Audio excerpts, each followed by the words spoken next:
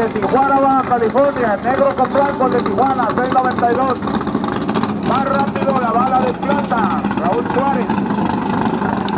A Raúl Suárez hace como 12 años o 13 lo bauticé con el nombre de la bala de plata, en Baja California. Javier Pérez Soledad, carrera de 5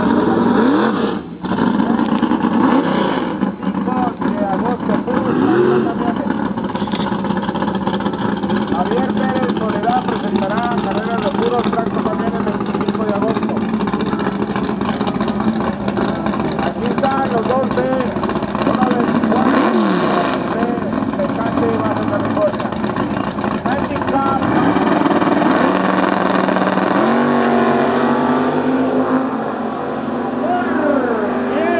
¿Hay o no hay? Claro que sí hay. Se queda